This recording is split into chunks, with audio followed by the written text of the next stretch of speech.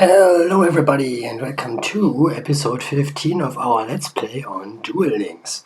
Today we are going to unlock a total of 7 characters in this one video, and we start off by picking Kali Carmine, or as I call her, regular Kali, compared to Dark Signer Kali, of course. So Kali here is a level 30 opponent for the most part, because one of the missions is that you have to win 3 duels in a row against Kali at level 30. And then another mission is that Jack wins 1 duel against Kali at level 30 without taking any damage, which doesn't sound like it's much, but it's actually quite difficult since she plays a trap card that deals effect damage to me. And that sucks, actually, if that happens. But if we get a quick win like this one, we are not in any danger of taking damage.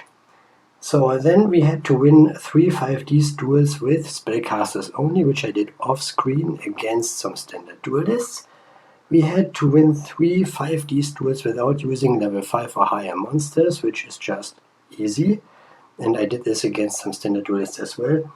And we got 3 special summons in a single duel against any opponent in 5D's world, which of course was Dark Signer Kali, when Jack had to get 4 special summons in against Kali, Dark Signer Kali that is. So it's actually just these few level 30 duels against Kali to unlock her. We are now in the M world, and that is nice because Bandit Keith decided to spawn in at level 30. And we have 2 missions for Bandit Keith. One of them is that you collect 2 machine-type monsters, which I already did, and you can do this by opening card packs, going to the card trader, using card tickets, leveling up characters as drop rewards, whatever. You can get a few machine monsters easily, and then the other mission, the relevant one, is that you beat Bandit Keith at level 30. And it doesn't matter which character you choose, as long as Bandit Keith at level 30 bites the dust, which he just did. So that means we can now unlock him, which is quite important for one specific character unlock and one unlock alone, which is Bones later down the line. In the last video we actually got another Bones duel in with Yami Bakura. Anyways, we are now in GX world, and here I am challenging Aster at level 10 at the gate with Jaden, because one of the missions for Aster is that we have to perform 2 fusion summons in a duel against him. And previously, before they changed all of the missions, or some of the missions, we had to get 2 fusion summons in against anyone basically, which was way better since the only required duel against Aster is a level 30 duel, and against him at level 30 I do not want to brick up my deck with fusion materials and polymerizations. Because level 30 Aster is not a joke, not exactly. So I decided to challenge him at level 10 for 1 duel, getting him with 2 fusion summons here, and then after that I go for the level 30 duel, which I thought would be more fun and make more sense. It would make more sense. And also it's less tedious and rather less difficult and less frustrating. So of course, you know me, I'm going to show you this particular deck that I'm using in this fusion dueling instance here, or fusion summoning instance duel, and it is basically still the Thunder Giant fusion deck that I have been using for the Cyrus unlock, which is using Generation of Heroes as my skill and having a lot of elemental heroes in there and polymerization and stuff. Nothing special, nothing crazy, but it at least allows me to put out fusion summons consistently and quickly. For being free to play, that's quite nice, I must say. But it also meant that I had to get Jaden up to level 23 first. So the deck, as I mentioned before, is just this one here with a lot of elemental heroes and some fusions and fusion spell cards. Nothing special, nothing crazy. You can do this, and probably you can do it better. But who knows how it's going. So also Another mission for Aster was that we win a duel without using level 5 or higher monsters, and this can be against any opponent in any world, as far as I know, which was quite easy to do. Especially once you have Aster and you don't actually play like synchro monsters or fusion monsters, and even something like Dark Rebellion XYZ Dragon is a rank 4, so it's not a level 5 or higher monster, so that would work, and Link monsters work as well, or you just don't summon anything from the extra deck and you do not have any high level monsters in your main deck, like Blue Eyes White Dragon for example, then it should not be a problem to do that. So then, against Aster level 30, we need to win the duel, and he can be a pain, especially with his field spell card, Clock Tower Prison, because Clock Tower Prison gains a counter during each of my standby phases, and then he also has Dread Servant and his trap card that puts counters on the card, and once his Clock Tower Prison has 4 or more counters, he does not take any more battle damage or damage in general, which kinda sucks if you want to beat him. So whenever I duel Aster at level 30, I make sure to have more than 20 cards in my deck, so even if I am going second and draw for turn and he doesn't draw because he's going first, I make sure that I do not run out of cards before him. Although he has a Destiny Draw, or whatever it's called, the spell card that lets him draw cards, and when showing you the deck in just a moment, you will see that it is in fact a 22 card deck with one special guest, and that is of course D-Spell, which we already know from the Declan stuff, because D-Spell can get rid of his Clock Tower Prison for me, and therefore when I have to have more than 20 cards in my deck, why not play cards that help me get rid of his stupid field spell cards so that I can deal damage again. So that was not a big deal, and we unlocked Aster. Also, by swapping to Sailworld now, we can duel Anna at level 10 at the gate, and this particular duel is actually me getting 6,000 or more points of effect damage in against Anna, which is for one of her missions, but also if we deal 2,000 points of effect damage against a single opponent, this is one of the missions for Girag as well. So the vessel farm here comes in clutch once more when I am trying to unlock Anna. And the remaining missions for Anna I will do in the next duel, which is going to be against her at level 30, but we talk about that when we get there. So the characters, I should have talked about this earlier, but now we have time, so I talk about it now. The characters we are getting in today's episodes were Regular Carly, Bandit Keith, Aster Phoenix, Anna Kaboom, Girag, Duke Devlin, and Officer Trudge. So we already got a few of those, and the episode's been going for a while, so obviously we got a few of those, and we will get some more. And here Anna level 30 or level 10, Anna level 10 is difficult in one point and one point only, which is that she can tribute summon her signature card, which is this one train monster that has 3,000 attack points and also 3,000 defense points. And while she cannot really do much with it in terms of extra deck stuff, it will be annoying to get rid of, especially if you do not have any spell trap cards to protect you. So I am quite wary of that. If you already unlocked Ishizu, you might consider using something like Blast held by a Tribute, which can actually get rid of her Tribute Summon monster and deal 1,000 points of effect damage to her, which helps with this mission as well. One mission for Anna's unlock is that we summon a rank 3 or higher XYZ monster, which Dark Rebellion XYZ Dragon of course checks, and you could even play your number 39 Utopia from Yuma's starting skill, or if you're funny, you could use the skill Zale Ultimate Unite, which also can put a number C39 Utopia Ray on top of your Utopia, which also counts as an XYZ summon. So summoning a rank 3 or higher XYZ monster shouldn't be a problem, and we actually did it here.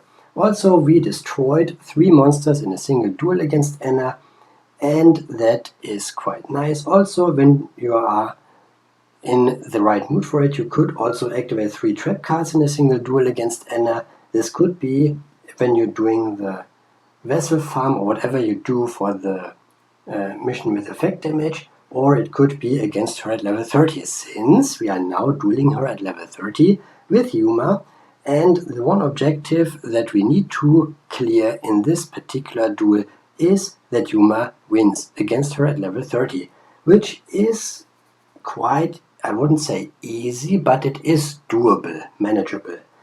Since Anna isn't as difficult as a few other characters that are at level 30.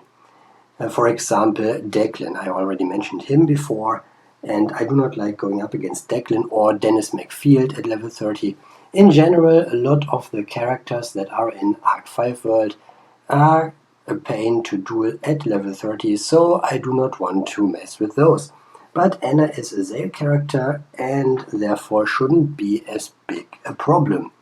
But we are going to see if I eat my words here in just a moment. Of course I don't, since otherwise I wouldn't have put the clip into the video. Since I want to show you just how great I am and stuff like that. No, just kidding, of course.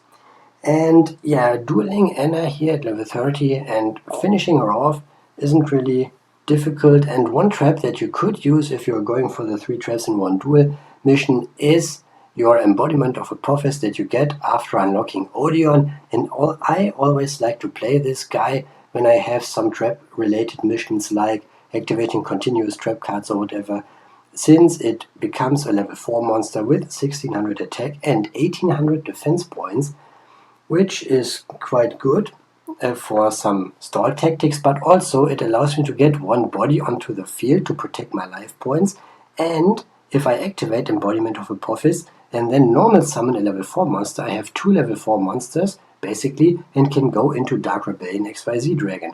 Or if I have a tuner, I could go into a Synchro monster or a Link monster or whatever. It just helps out a ton.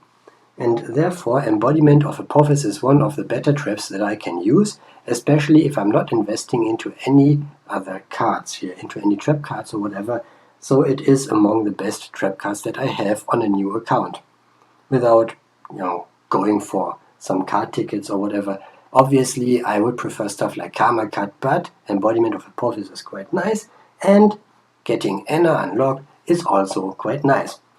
And I already talked about that mission with Girag, or for Girag, that we have to inflict 2000 points of effect damage against anyone with Yuma specifically. And yeah, that is one of the Girag missions. Another mission is that Yuma has to beat him 3 times at level 30. This will be our 3rd win, and the other 2 I did off screen. Also, don't you worry, because after this duel I'm going to show you the deck that I'm using here.